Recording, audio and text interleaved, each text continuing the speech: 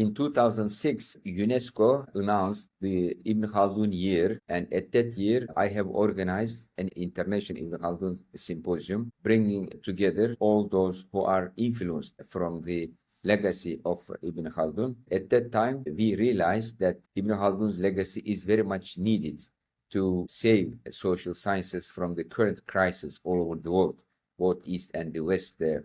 And also we realized that Ibn Khaldun's views are not only good for doing research, understanding like what's going on, but at the same time, they are good for policy making. And we came up with the idea, applied Khaldunism, and we established the virtual society of International Ibn Khaldun Society with members from the West and East from different countries. And every other year, we organize one international Ibn Khaldun symposium from the perspective of applied Khaldunism. And our goal is to show that Ibn Khaldun presents a viable alternative to the current social sciences in understanding social issues we are facing both in the East and the West. And at the same time, he's offering us good insights for policy making. This is what we call applied Khaldunism.